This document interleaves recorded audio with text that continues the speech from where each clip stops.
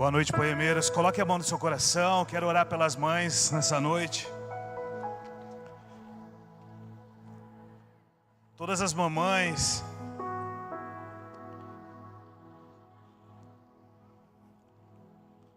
Espírito de Deus, Deus Pai, Deus Todo-Poderoso, muito obrigado, Jesus, por cada mamãe que aqui está. Muito obrigado, Espírito Santo de Deus, por o Senhor cuidar de nossas mães, cuidar dessas mulheres guerreiras, essas mulheres batalhadoras. Que o Senhor venha capacitando elas em nome de Jesus Cristo, que o Senhor venha cuidando cada vez mais delas, papai. Venha transformando, Espírito Santo de Deus, sobre a vida delas. Deus Todo-Poderoso, que o Senhor venha, Pai, em nome de Jesus Cristo, trazendo sobre elas um novo respirar, um novo dizer, um novo querer, Jesus. Realize as boas novas sobre elas, Jesus. Nós amamos elas. Nós podemos dizer aqui nesta noite, Jesus, o quanto nós somos gratos pela vida das nossas mães, papai. Deus Todo-Poderoso, capacite elas em nome de Jesus Cristo. Traga sobre elas, Espírito Santo de Deus, cada vez mais o domínio próprio, a mansidão, a paciência. Que o Senhor venha multiplicando sobre elas os teus bendizeres, Pai. Muito obrigado, Jesus. Muito obrigado, Espírito Santo de Deus, por tudo aquilo que o Senhor tem feito em nosso meio. Aleluia. Aplauda Jesus aí, poemeiros. Parabéns, mamães. Tudo que foi preparado aqui nesta noite para homenagear o quanto vocês são especiais, o quanto vocês têm um lugar guardado aqui, um lugar especial nas nossas vidas. Parabéns às mamães. Nós papais também temos, mas as mamães já viram, né, gente? A gente corre no colinho de quem, né, gente? Aleluia. Eu corro pro colinho da minha mãe. Aleluia. Glória a Deus. Gente, Dia das Mães, um dia especial. E eu quero dizer para vocês que quando eu tive o prazer e a honra de estar aqui recebendo, né, para poder falar sobre esse culto nesse Dia das Mães, eu estudei uma palavra. E eu gostaria de verdade de falar sobre as mães. E eu falei, Jesus, eu preciso de uma palavra que fale sobre as mães. E eu fui estudar sobre Maria, a mãe de Jesus. Comecei a esboçar uma palavra, comecei a esboçar um texto. Mas eu percebi que não era aquilo que Jesus queria. Logo em seguida, comecei a estudar sobre Ana e Elcana, sobre Samuel. E eu falei, Jesus, eu preciso de uma palavra encorajadora para as mães. Uma palavra poderosa, impactante. Uma palavra de alegria. E também não era sobre Ana e Elcana. Então eu fui e falei, Jesus, será que então é Ruth e Noemi? Noemi que foi mãe, perdeu seus filhos, mas cuidou da sua nora. Então me dá uma palavra, Jesus, para que eu possa falar sobre as mamães. E eu não consegui achar uma palavra, eu juro que eu tentei. E a palavra que Deus me deu para ministrar nessa noite, ela se chama Bad Day, ou seja, o dia mau. Eu falei, Jesus, eu queria uma palavra de alegria. Eu queria uma palavra para cativar todo mundo, porque é Dia das Mães. Jesus me deu, filho, ministre o que você está passando. Ministra aquilo que você está vivendo. E eu quero compartilhar com vocês exatamente isso.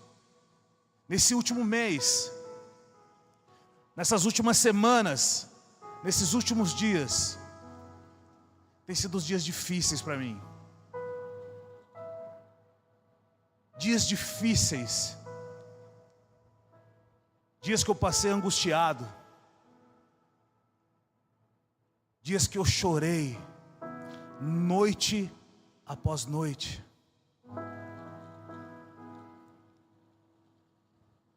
Dias que eu já não sabia mais o que fazer. Era nítido no meu rosto que a tristeza havia chegado para mim. Era nítido ver nas minhas ações o quão difícil estava sendo para mim esses últimos dias. E ainda juntou com algumas coisas essa semana. Eu não sei se vocês viram, mas no meu meio, estou falando de mim, eu vi 2 suicídios de 2 jovens. Uma que é parente, que frequentava aqui de vez em quando a nossa casa. Uma que se suicidou na rua do meu serviço. Ela pulou do apartamento dela com o neném no colo. Dias terríveis. Vocês conseguem imaginar o que essas pessoas estão passando nesses dias? Rio Grande do Sul, 2 semanas passando dias terríveis. De verdade, eu acho que nós não conseguimos imaginar o que essas pessoas estão passando, o sofrimento que elas estão passando, a dificuldade que elas estão passando. Eu começo a enxergar essas reportagens do Rio Grande do Sul, começo a ver cidades sendo 100% submersas, perderam todos os seus bens, perderam os seus familiares.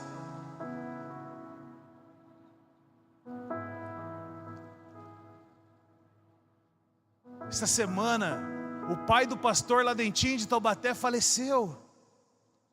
Eu perdi meu pai também, então eu sei a dor que aquele homem está sentindo. Se já não bastava os problemas que eu estava passando durante os últimos meses, todas essas coisas começaram a acontecer essa semana e meu coração começou a se partir. Começou a doer dentro de mim. E a tristeza me pegou. Eu compartilhei com a minha esposa que eu não sabia o que fazer mais. Ei, eu estou no meio da minha família, amém? Sou pastor dessa casa e não sou diferente de ninguém. Eu estou com a minha família espiritual, então estou compartilhando aquilo que eu venho passando. Apesar de eu ser pastor dessa igreja, eu também passo por problemas. Eu também passo por dificuldades. Eu também passo por lutas. Alguém passa por problemas aqui? Aleluia, achei que era só eu. E eu não estou feliz que você passe por problemas não, tá? Porque eu estou feliz porque não sou só eu. Coloque a mão no seu coração, vamos orar pelo Rio Grande do Sul. Vamos orar por aquelas pessoas que lá estão. Coloque-se de pé, poemeiros. Coloque-se de pé, para que nós possamos chorar com os que choram. Espírito de Deus, Deus Pai, Deus Todo-Poderoso, nós colocamos diante de Ti, Jesus, o estado do Rio Grande do Sul. Que o Senhor venha em nome de Jesus Cristo, trazendo, Jesus, um refrigério sobre aquelas pessoas, Pai. Que o Senhor venha, Espírito Santo de Deus, cuidando de cada detalhe na vida daquelas pessoas, papai. Venha trazendo sobre eles, em nome do Senhor Jesus Cristo, Pai, um fôlego novo de vida. Venha trazendo sobre eles, Espírito Santo de Deus, um encorajamento do Teu Espírito. Venha trazendo sobre eles, Pai, em nome de Jesus, Senhor, a capacidade de suportar mais este desafio, mais desta luta. Por favor, Espírito Santo de Deus, conforte os nossos amigos, conforte, Pai, os nossos irmãos. Traga sobre eles, Pai, a providência do reino dos céus. Que o Senhor possa mostrar a cada um o Teu propósito. Que o Senhor possa, em nome de Jesus Cristo, Pai, trazer sobre eles, Pai, a paz que excede todo entendimento, em nome de Jesus Cristo, Pai. Amém, aleluia. Louvado seja o teu nome, Jesus. Louvado seja o teu santo nome, Jesus.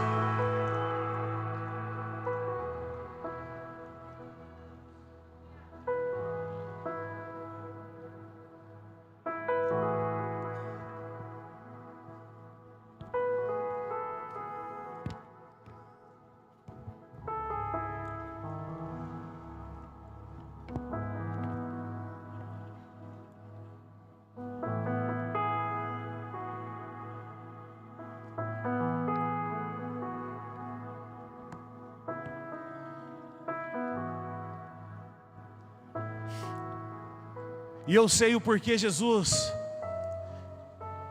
ministrou isso em meu coração, porque Ele tem uma palavra esta noite, poemeiros, presta atenção. Jesus tem uma palavra para nós, uma palavra que traz cura no nosso coração. Pessoas que estão aprisionadas em tristezas profundas, pessoas que estão aprisionadas em depressão, síndrome do pânico, Jesus tem uma palavra para libertar você nesta noite. Você que está passando por uma enfermidade, você que tem dentro do seu redor, na sua família, pessoas enfermas, o Senhor tem uma palavra de cura nesta noite, para as pessoas que estão enfermas, para as pessoas que não conseguem enxergar com os teus olhos, esta cura. Jesus tem algo do impossível para trazer na sua vida esta noite, em nome de Jesus Cristo. O Deus do impossível, o Deus da causa do impossível, esta noite irá agir nas nossas vidas e através das nossas vidas, em nome de Jesus Cristo. E é por isso que o Senhor me deu esta palavra. Eu gostaria que vocês prestassem atenção. Eu tenho certeza que 90% dessa igreja não estão passando dias ruins aqui. Amém? Nenhum, amém? Então acho que eu errei a porcentagem. Mas eu sei que existem pessoas que estão passando momentos maravilhosos. Eu tenho ouvido testemunhos daquilo que Deus tem feito na vida de cada um. Mas eu também sei que tem pessoas passando por dias difíceis, por situações difíceis. Existe um tempo estabelecido debaixo do sol para todas as coisas. Dias de alegria, dia de angústia, dia de felicidade, dia de tristeza. Vocês estão felizes, poemeiros? Vamos lá, vocês estão felizes? Nós somos felizes porque nós somos ungidos com óleo de alegria. Vamos lá, alguém. Nós somos felizes. Por isso nós falamos todos os cultos aqui e perguntamos: vocês estão felizes? Para que vocês respondam: nós somos felizes, amém? Abra a Bíblia de vocês em Eclesiastes no capítulo 9, vamos lá.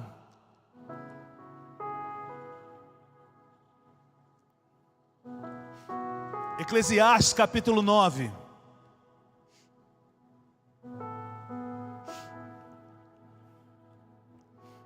Versículo 12. A versão NVI diz assim, ó: além do mais, ninguém sabe quando virá a sua hora. Assim como os peixes são apanhados numa rede fatal, e os pássaros são pegos num laço, também os homens são enredados pelos tempos de desgraça, que caem inesperadamente sobre eles. Eclesiastes 9:12, na versão A Mensagem, diz assim: ninguém pode prever a desgraça.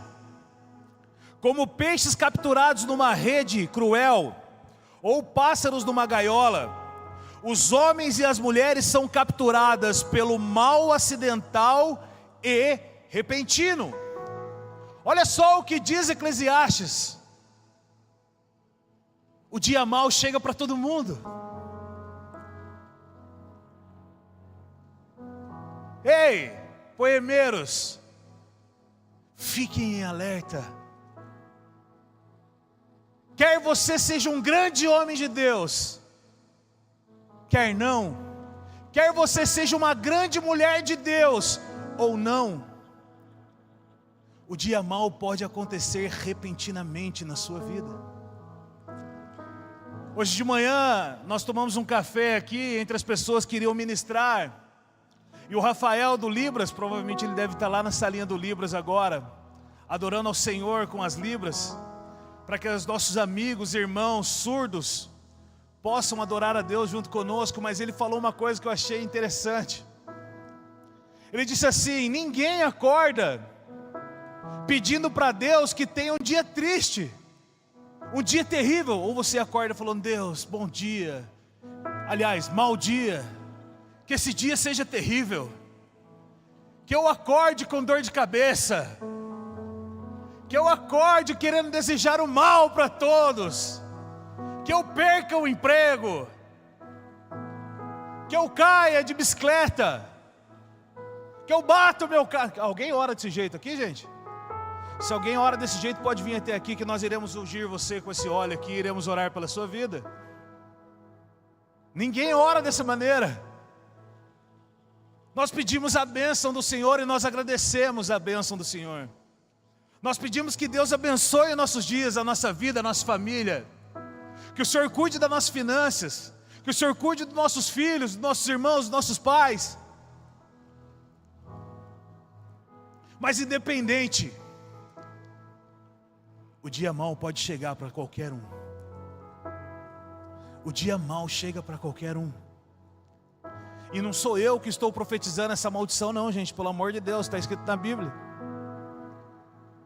Mas a pergunta que eu quero fazer essa noite é: como eu e vocês estamos lidando com esse dia mau que chega nas nossas vidas? Como é que nós temos respondido isso?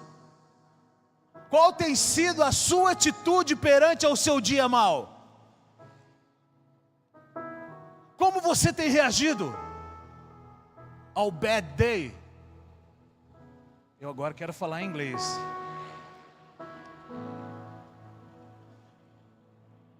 Como nós temos reagido a esse dia mau, gente? A palavra de Deus, ela nos ensina que existem duas maneiras de nós enfrentarmos os dias de tristeza. Existem duas maneiras de eu e vocês enfrentarmos esse dia mau. Abra a Bíblia de vocês aí em 2 Coríntios. Vocês estão felizes ainda, poemeiros? É só dois que está feliz hoje mesmo. Jesus amado. 2 Coríntios capítulo 7, versículo 9. A palavra de Deus, ela diz assim, ó: a tristeza, segundo Deus, produz um arrependimento que nos leva à salvação e não a um remorso. Mas a tristeza, segundo o mundo, produz morte. Vamos ler de novo. A tristeza, segundo Deus, produz um arrependimento que nos leva à salvação e não ao remorso. Mas a tristeza, segundo o mundo, produz morte. Qual é o salário do pecado, poemeiros? A morte. O salário do pecado é a morte. E a tristeza, segundo o mundo, nos traz morte. A tristeza, segundo nós levamos ao mundo, faz com que nós sejamos pecadores, pecadores, pecadores, pecadores, nos trazendo morte. Mas se nós entendermos que a tristeza perante Jesus, perante Deus, ela ainda nos traz a salvação e nos leva ao arrependimento e não ao remorso. Vamos lá, alguém? Eu não sei o que vocês podem ter passado um dia na vida de vocês.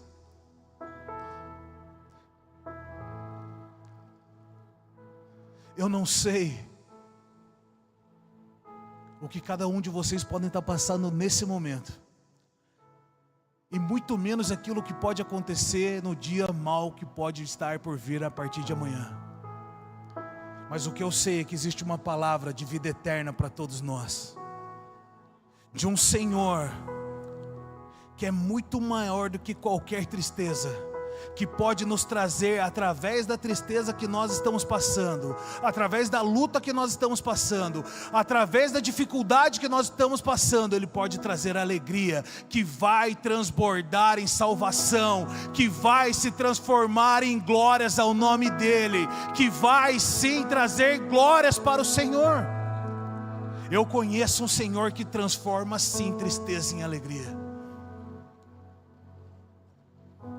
Eu não sei se todos vocês sabem, mas eu cheguei até a Poema em 2008, em fevereiro de 2008. Esse ano eu fiz 16 anos de Poema. E eu cheguei até essa casa destruído. Eu cheguei nessa casa completamente destruído. Eu era aprisionado em 2 doenças: síndrome do pânico e depressão. Naquele tempo não havia o que me tirasse da minha cama, da minha casa.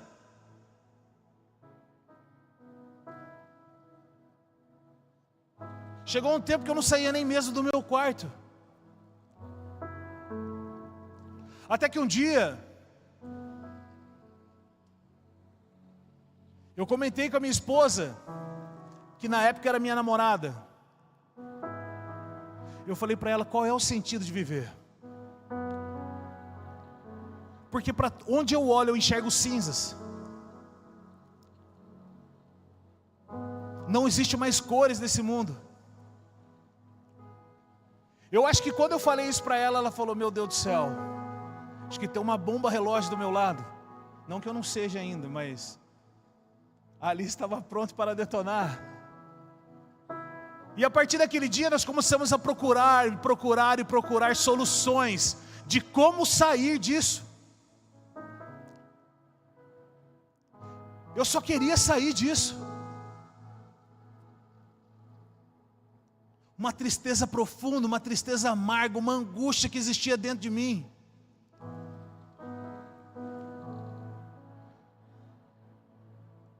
Nós fomos em centro espírita.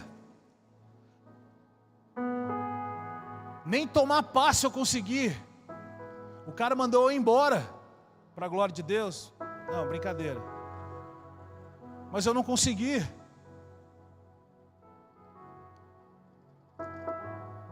Nós procuramos uma pessoa que media a áurea. Ela foi em casa com um ferrinho. Imagina o tamanho do ferro que tinha que ser na época, né? Eram pelo menos 160 quilos para medir.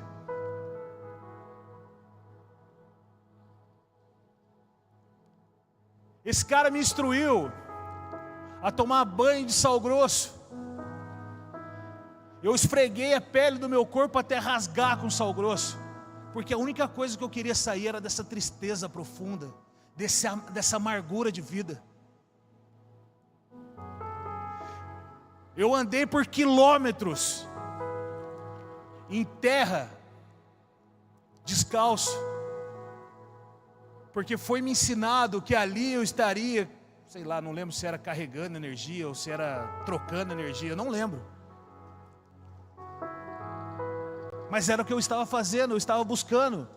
Nós acendíamos vela todos os dias atrás da porta do meu quarto. Eu não sei por que era atrás da porta, mas era atrás da porta. E nada adiantava.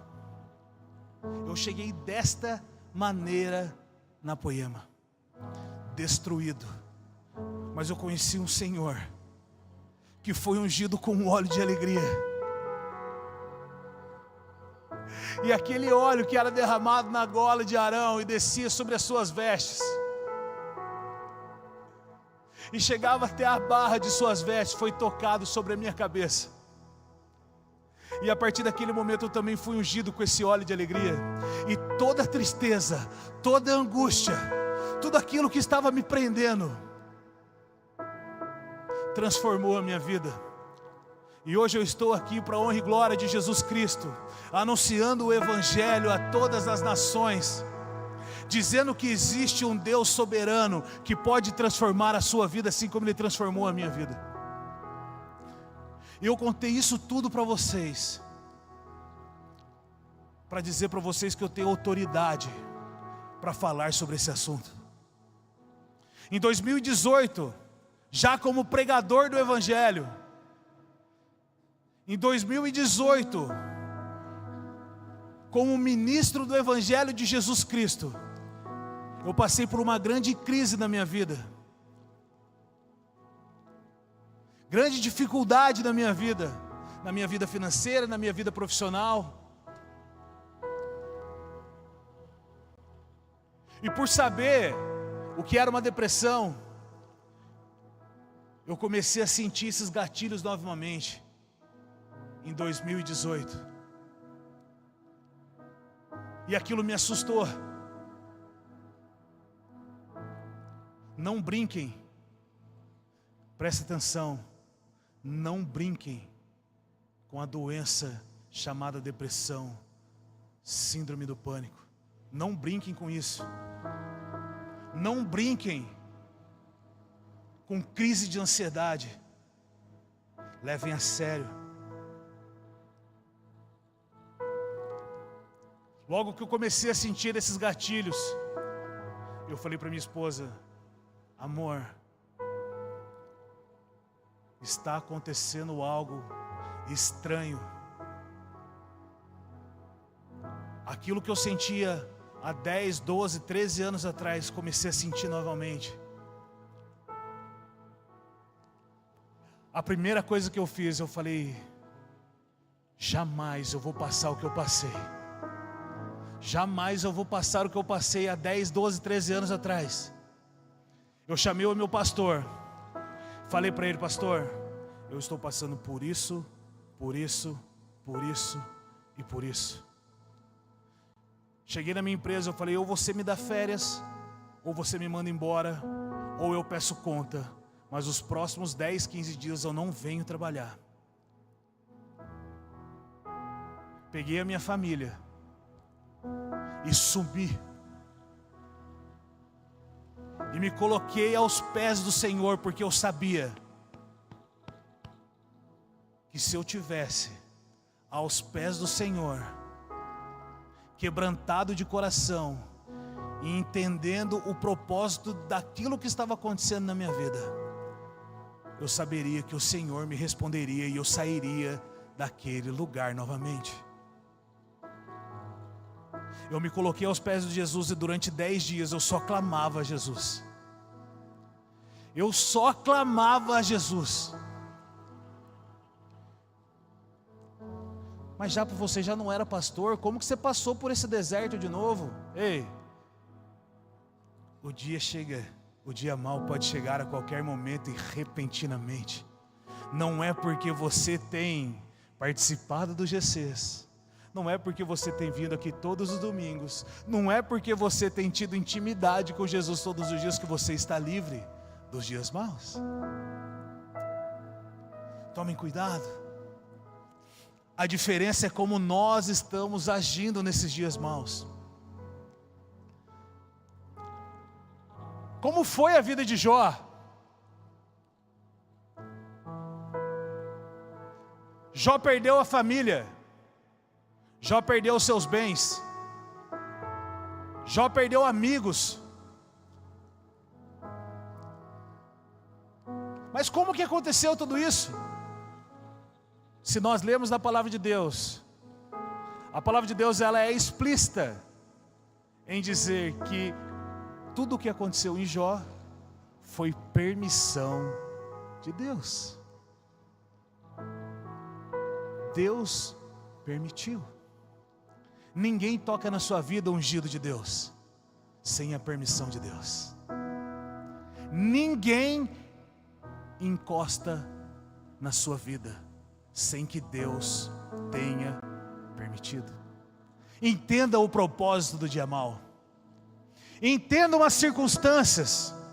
Entendam a situação aos pés daquele que é o nome sobre todo nome. Aos pés daquele que pode te trazer a salvação. Aos pés daquele que pode te trazer o arrependimento e não o remorso.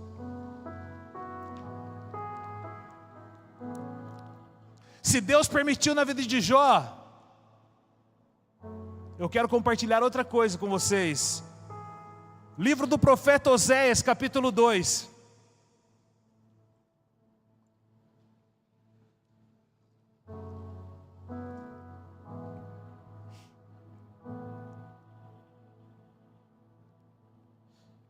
Oséias capítulo 2, versículo 14 diz assim: portanto, agora vou atraí-la, vou levá-la ao deserto e vou lhe falar com carinho. Olha só o que Deus disse através do profeta Oséias. Ei, poemeiros, presta atenção no que eles estão falando.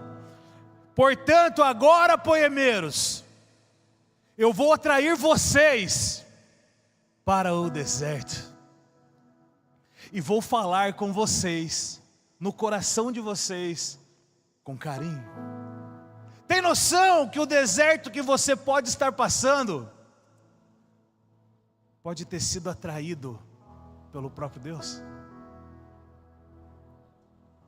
Tem noção que o deserto que nós estamos sendo arrastado pode ter sido por Deus? Porque no deserto não existe muitas vozes. Ou você acha que quando você for para o deserto você vai levar multidão com vocês? Você acha que quando você estiver no deserto vai ter uma multidão com vocês? No deserto é só você e Deus. No deserto é o lugar que você não consegue enxergar mais nada. É só areia e calor. No deserto não há nada além de você e Deus. Deus pode te atrair para o deserto para falar no seu coração com carinho. Está passando por um deserto, filho? Enfrente ele. Está passando por luta, por dificuldade, por aflições, por tristeza? Já se joga e fala: Jesus, vem aqui, fala comigo com carinho, Jesus. Fala comigo. Não fica se debatendo. Não fica tentando achar soluções, caminho. Não fique xingando, esbravejando, se questionando. O Brunão Batera falou o que hoje de manhã também na nossa reunião. Eu parei de perguntar o porquê nessas situações. Agora eu só pergunto para quê. Comece a trocar essa pergunta. Por que eu estou passando por um deserto? Comece a fazer assim, ó: para que, Senhor, eu estou nesse deserto? Pare de perguntar por que você está passando por essa dificuldade. Comece a perguntar: Senhor, para que eu estou passando essa dificuldade? Qual é o motivo? E vocês vão começar a entender o propósito de Cristo para a vida de vocês. Nós todos começaremos a passar pelo propósito de Jesus Cristo, segurando a mão daquele que tem a destra voltada para nós. Ei, poemeiros, vocês estão felizes ainda? Vocês estão comigo, poemeiros? João capítulo 16, versículo 20 diz assim: digo-lhes que certamente vocês chorarão. Olha o que diz o Evangelho de João: digo-lhes que certamente vocês chorarão e se lamentarão, mas o mundo irá se alegrar. Vocês se entristecerão, mas a tristeza de vocês se transformará em alegria.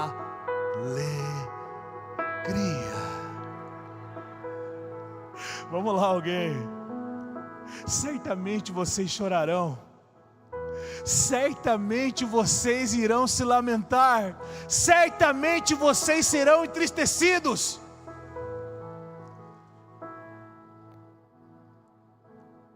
mas a tristeza de vocês se transformará em alegria. O mundo pode até ficar feliz com a sua tristeza. Você já viu pessoas se alegrar com que você fica triste? Você já viu pessoas se alegrar com a sua desgraça? Vocês já viram isso? Vocês já viram as pessoas darem risadinha de felicidade quando acontece algo ruim na sua vida? Ei, já está escrito isso aqui há mais de 2000 anos. Vocês certamente se entristecerão, certamente chorarão, certamente lamentarão, mas o mundo se alegrará. Ei, o que você está reclamando do irmão então? Deixa eles, porque o choro durará uma noite,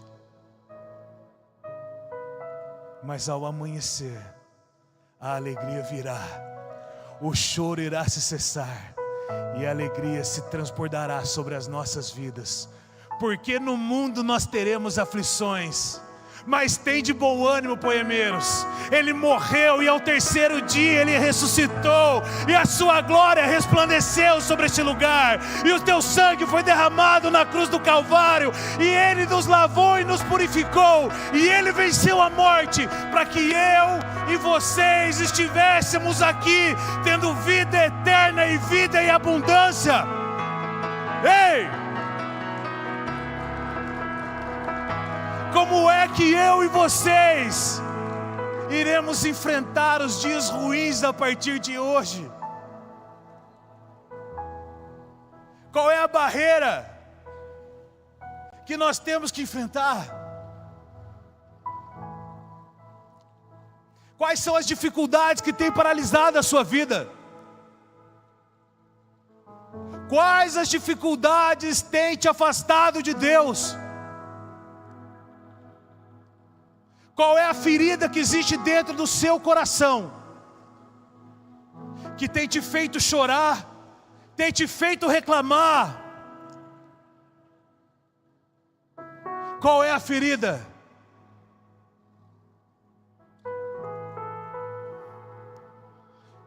Eu comecei dizendo, e eu quero profetizar para vocês, que feridas irão ser estancadas nesta noite.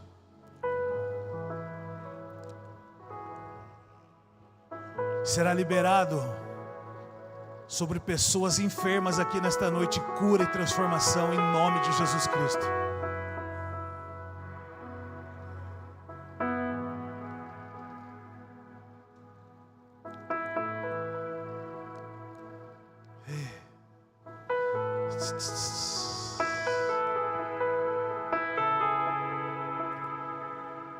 A tristeza não pode parar você, embaixador de Cristo Jesus. A amargura não pode parar você, filho de Deus. Os obstáculos não podem travar a sua vida.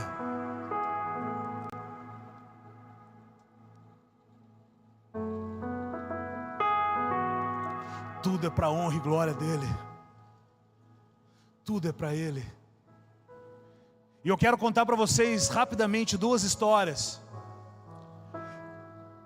de dois personagens da palavra de Deus que passaram por tristezas, angústias, obstáculos. Um deles se colocou aos pés de Jesus. O outro teve remorso.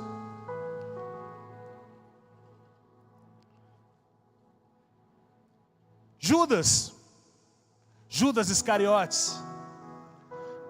Não é o Judas que escreveu o livro da Bíblia não, Judas, tá? Vocês sabiam que é diferente? Aleluia. Quem escreveu Judas não foi o Judas Iscariotes, tá bom? Tanto porque ele já tinha morrido. Aleluia. Jesus é bom. Judas Iscariotes, um dos apóstolos de Jesus, um dos 12 que andava com o próprio Cristo aqui na terra, levantado como tesoureiro da igreja de Jesus, Era ele que cuidava da parte financeira da igreja de Jesus. Todos nós conhecemos a história. Ele traiu Jesus, ele vendeu Jesus, ele pecou contra Jesus,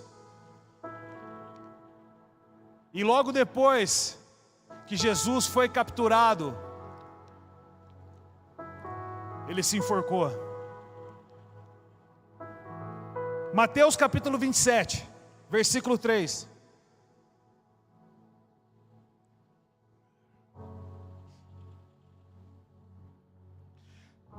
Mateus capítulo 27, versículo 3 diz assim: quando Judas, que havia traído, viu que Jesus fora condenado, foi tomado de remorso e devolveu aos chefes dos sacerdotes e dos líderes religiosos as 30 moedas de prata. E disse: pequei, pois traí um sangue inocente. E eles retrucaram: que nos importa? A responsabilidade é sua. Então Judas jogou o dinheiro dentro do templo, saindo, foi e enforcou-se. Olha só o que aconteceu com Judas. Logo que ele viu a besteira que ele tinha feito, ele se entristeceu. O coração dele foi tomado por um remorso. É o que diz a palavra de Deus em Mateus capítulo 27, versículo 3, 4 e 5. Ele foi tomado por um remorso. E remorso significa sentimento de culpa.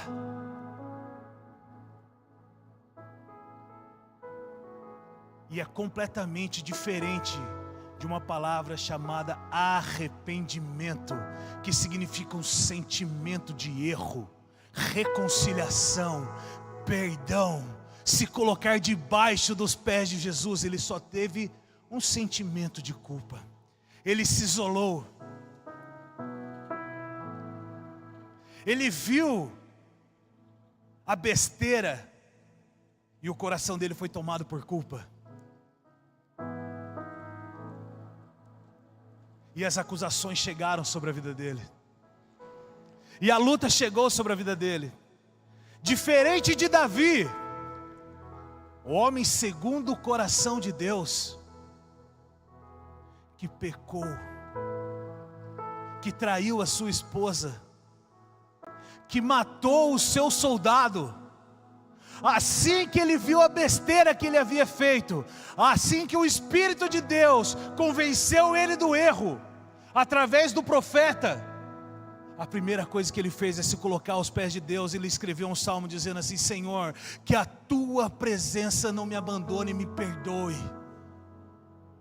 Ele foi segundo o coração de Deus. Ele teve um arrependimento, mas não teve um remorso. Ele não teve um simples sentimento de culpa, mas ele sofreu uma metanoia. Ele se colocou debaixo de Jesus. Assim como Pedro negou a Jesus 3 vezes. Assim como Pedro, Jesus diz para ele: afaste de mim, Satanás. Olha só o que ele disse para Pedro.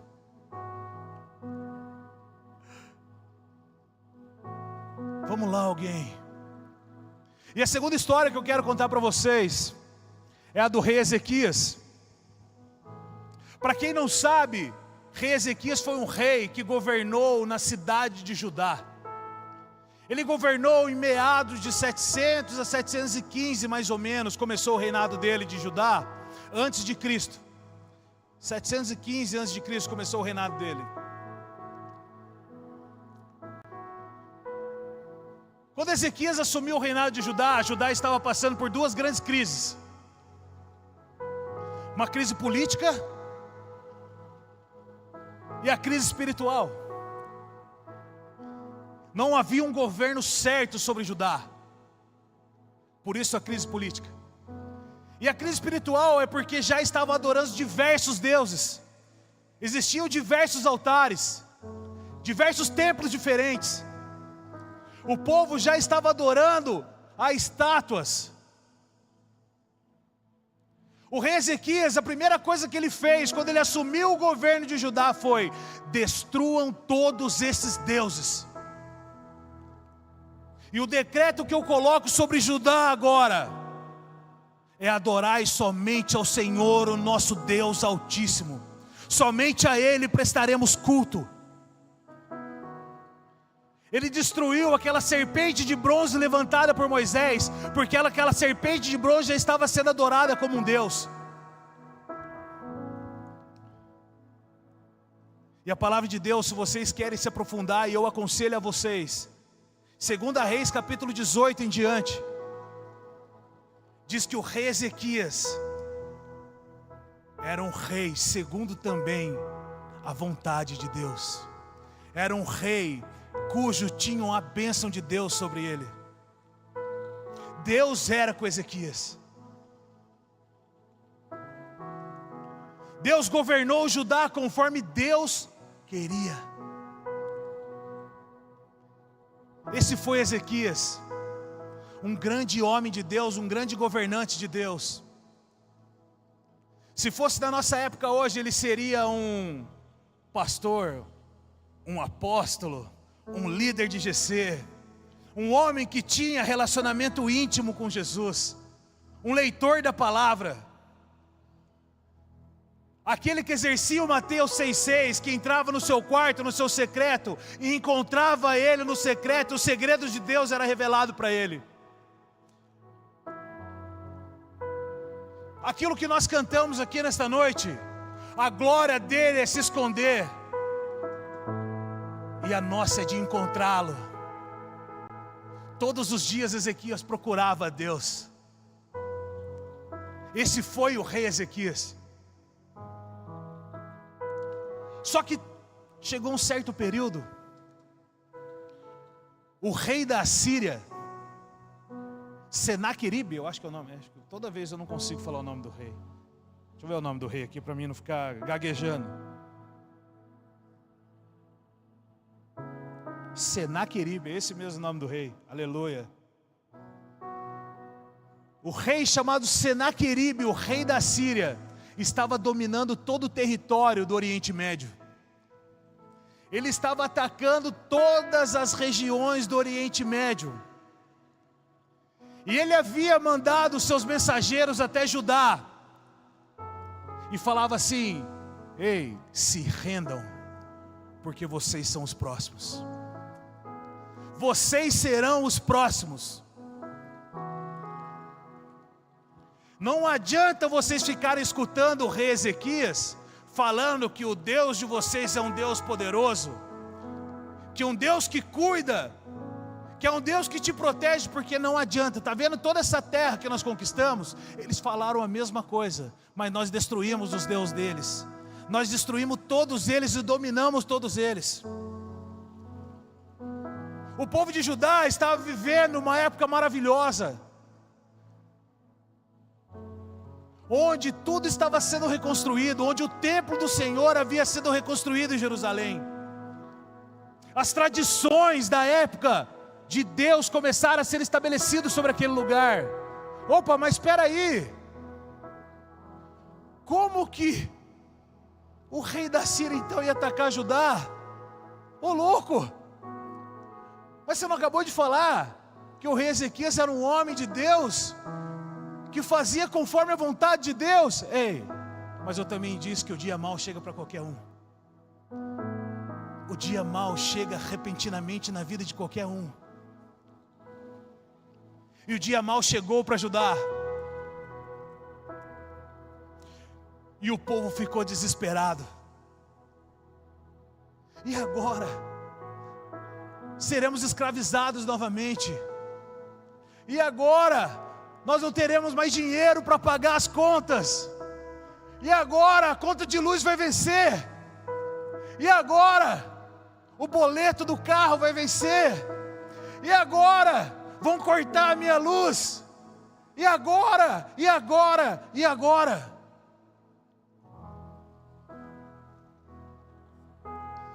Aí um profeta chamado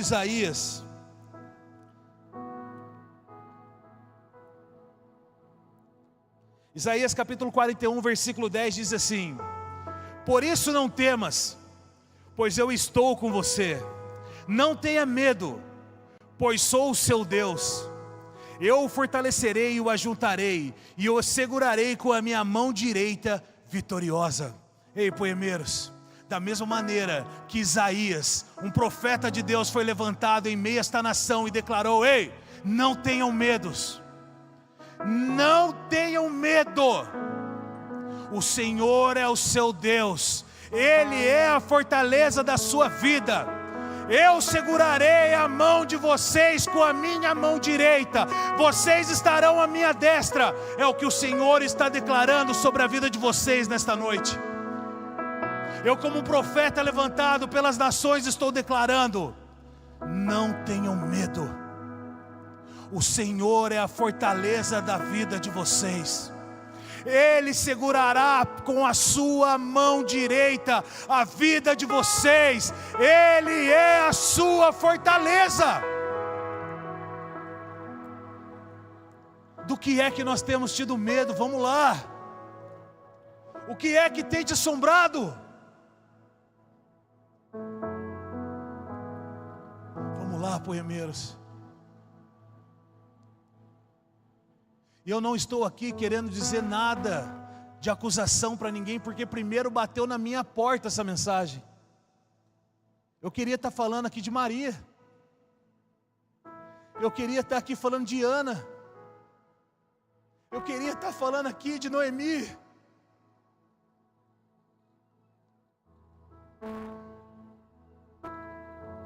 Mas o meu querer pouco importa. Pouco importa aquilo que eu sei. Pouco importa aquilo que eu acho. O que importa é o que o Senhor derrama sobre as nossas vidas. O que importa é o que o Senhor deseja sobre cada um de nós. Pouco importa.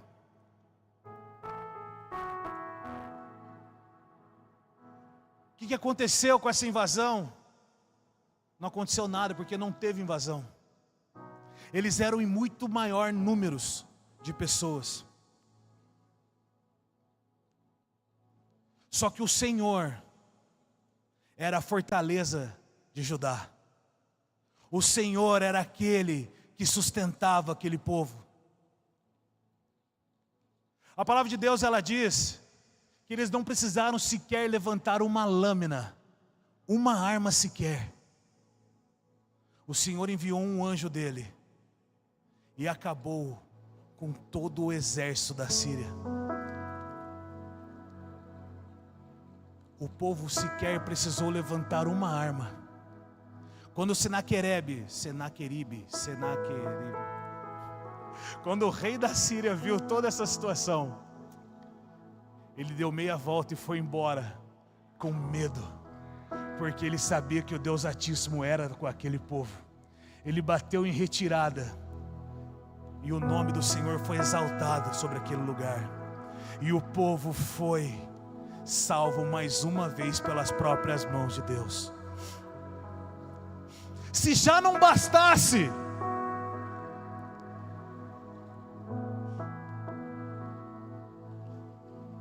tudo isso que havia acontecido com o rei Ezequias, Ezequias fica doente. Ezequias fica doente.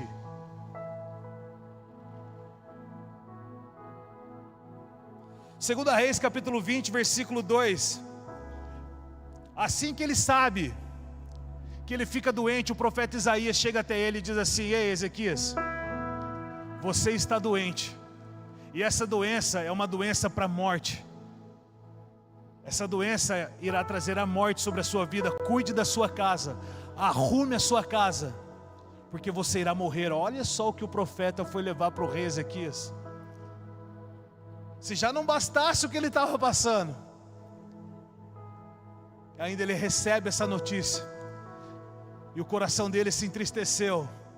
E olha só o que diz segunda Reis capítulo 20, versículo 2. Ezequias virou o rosto para a parede e orou ao Senhor: lembra-te, Senhor, como tenho servido com fidelidade e com devoção sincera. Tenho feito o que tu aprovas. E Ezequias chorou amargamente. Olha só o que diz. E Ezequias chorou amargamente. Antes de Isaías deixar o pátio intermediário, a palavra do Senhor veio a ele: volte e diga ao rei Ezequias, o líder do meu povo, assim diz o Senhor, o Deus de Davi, o seu predecessor. Diga a ele: eu ouvi a sua oração. Deus ouve as nossas orações, família. Diga a ele: eu ouvi as suas orações e vi as suas lágrimas. Eu o curarei, e daqui a 3 dias você subirá ao templo do Senhor. Acrescentarei 15 anos à sua vida. Livrarei você e esta cidade das mãos do rei da Síria. Defenderei esta cidade por minha causa e ao meu servo Davi. Ezequias recebe uma notícia terrível, que ele iria adoecer, iria morrer desta doença. Mas isso não fez ele parar. Isso não fez ele reclamar. Isso não fez ele espernear. Isso não fez ele sair da presença de Deus. Isso não fez ele abandonar os preceitos de Jesus. Isso não fez ele sair dos caminhos de Deus. Pelo contrário, ele se prostrou diante de Deus e chorou. Porque a palavra de Deus diz que ele chorou amargamente. E o mais louco disso tudo é que o profeta Isaías chega até ele e diz assim: o Senhor ouviu as tuas orações. O Senhor ouviu as tuas orações e Ele viu as suas lágrimas. Você sabia que o Senhor ouve tudo aquilo que você fala quando você também está no deserto? Você sabia que quando você chora, o Senhor enxerga as suas lágrimas? Todas as vezes que você chorou na presença de Deus, Ele estava lá recolhendo as suas lágrimas. Todas as vezes que você chorou na presença de Deus,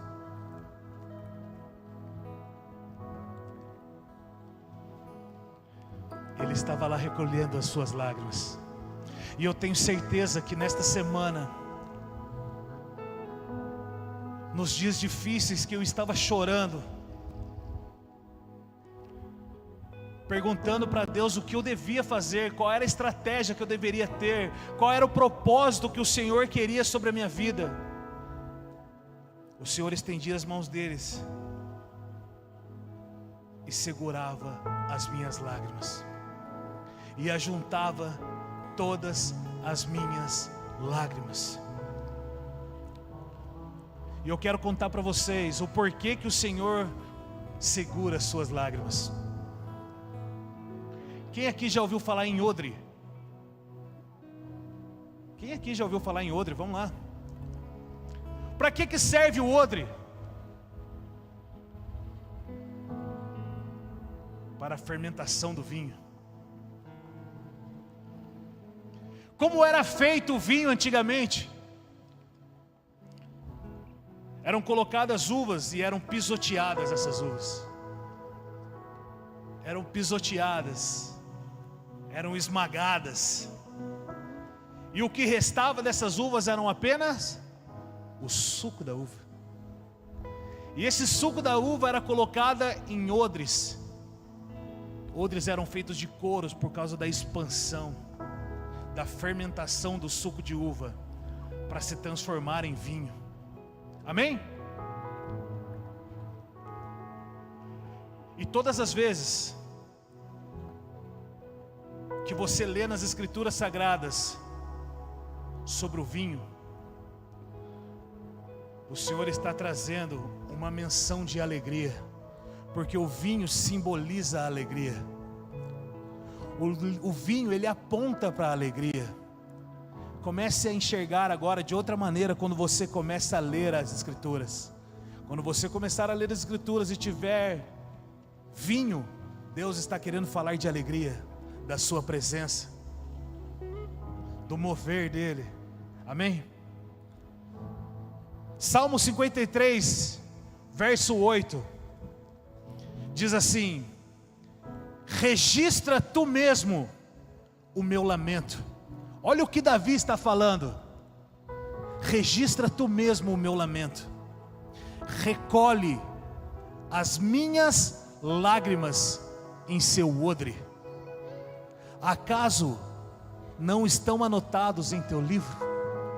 Davi estava fugindo de Saul, porque Saul queria matar Davi, porque ele tinha inveja de Davi.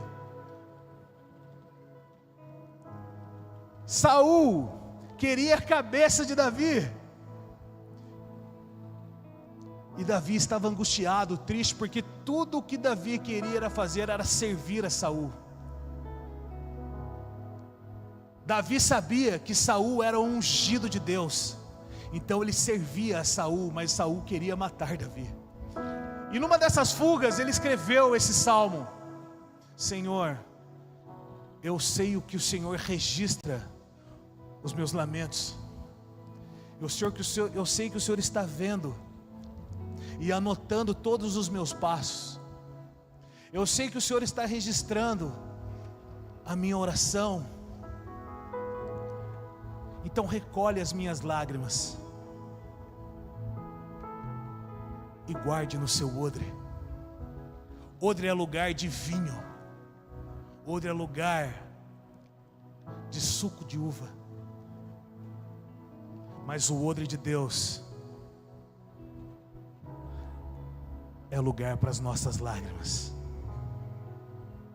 Nós podemos ser pisoteados assim como as uvas,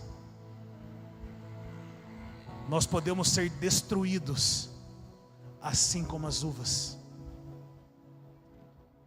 nós podemos ser arrebentados assim como as uvas, nós podemos passar por qualquer aflição, qualquer dificuldade, por qualquer luta, mas quando nós choramos perante a Deus, Deus guarda no odre dele o nosso choro, para que esse choro seja fermentado para se transformar em alegria, para que o seu choro não dure nem mesmo a noite, para que você possa ressurgir no dia com muita alegria. Se coloque de pé, poemeiros.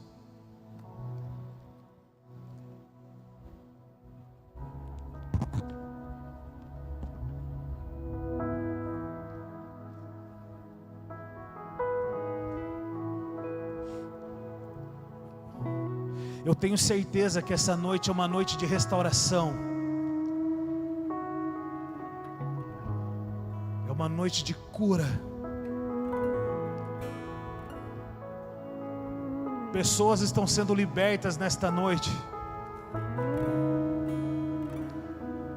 Depressão irá bater em retirada nesta noite. Síndrome do pânico.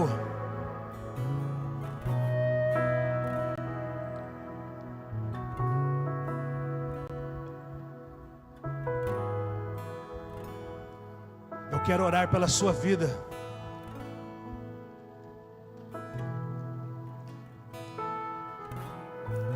Pode vir para cá, filho.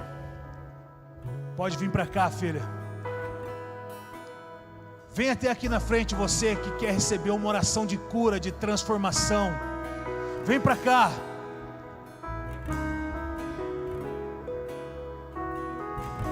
Você que está aprisionado em uma amargura, em alguma dificuldade, em alguma luta, não tem o que fazer, não sabe o que fazer, vem para cá. O Senhor vai liberar sobre a tua filho. Vem para cá, filho. Eu estou falando com você. Vem para cá, fica aqui na frente. Eu estou falando com você. É com você que eu estou falando. Ei,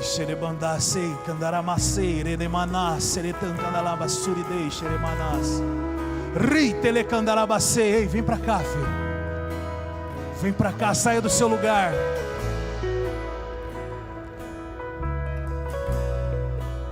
Pastores,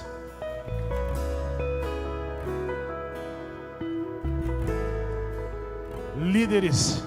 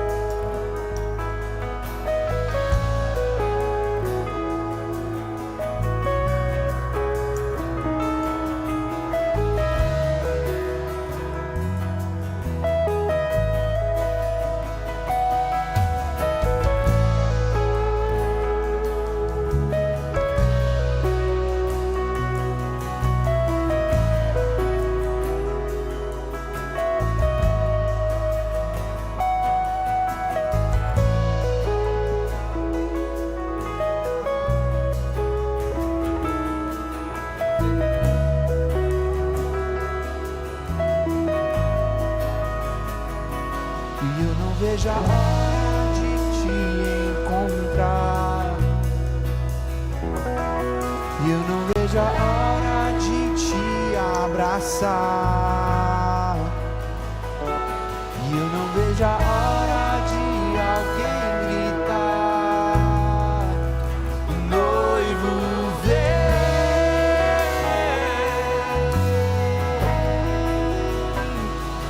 E eu não vejo a hora de te encontrar.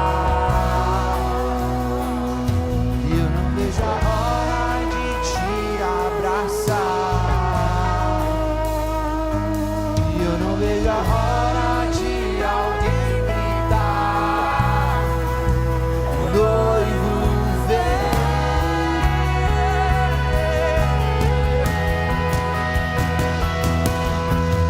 Olha, mas quem vem lá saltando sobre os montes?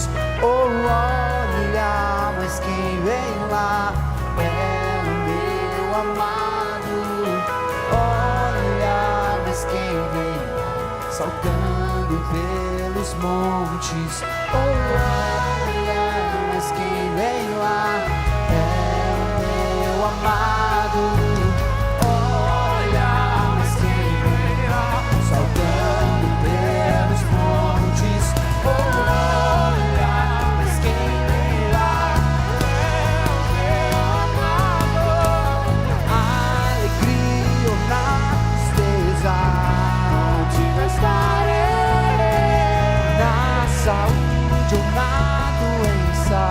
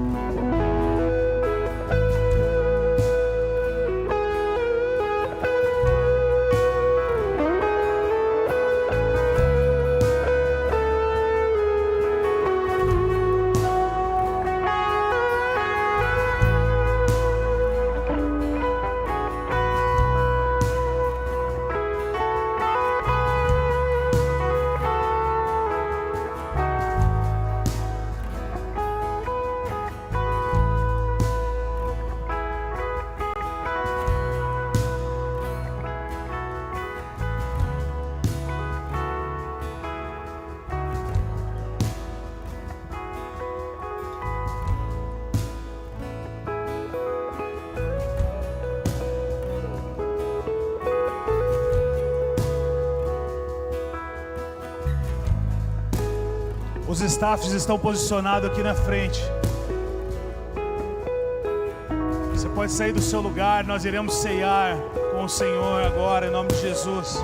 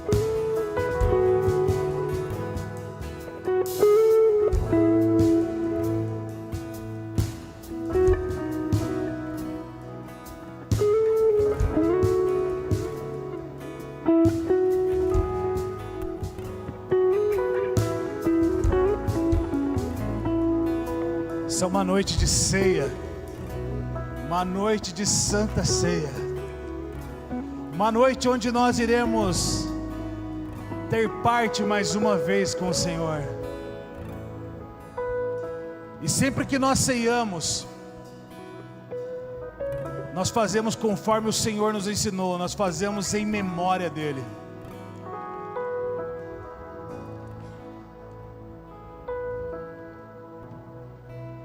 Isso é uma noite de muita festa. Isso é uma noite de muita transformação. É uma noite onde o Senhor transformará muitas tristezas em alegrias.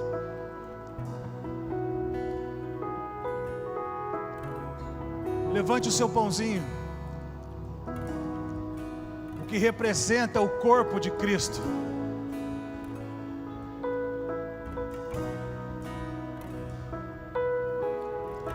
Senhor meu Deus e meu Pai, muito obrigado, Jesus.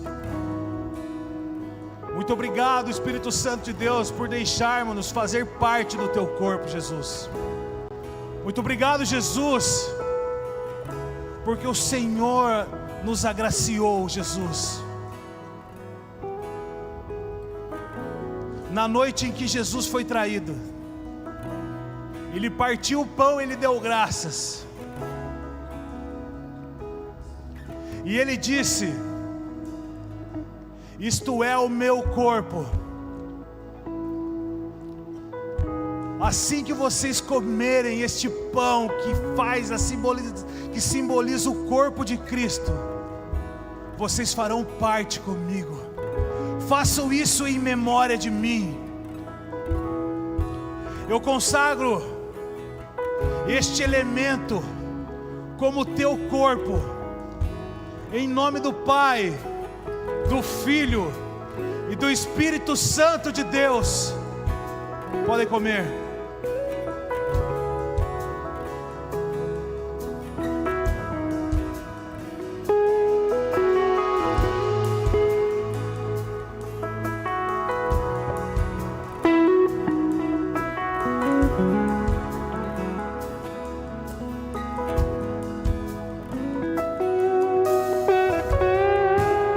Erga o mais alto que você puder aí do seu lugar. Erga o mais alto. Declare a cura sobre a sua vida. Declare a cura de alguém que necessita de cura agora. Semelhantemente, ele pegou o vinho e disse: isso é o meu sangue. Este é o sangue derramado na cruz do Calvário, igreja. O sangue de Jesus. Senhor, Deus e Pai, eu consagro esse suco de uva no nome do Pai, do Filho e do Espírito Santo de Deus. Podem beber.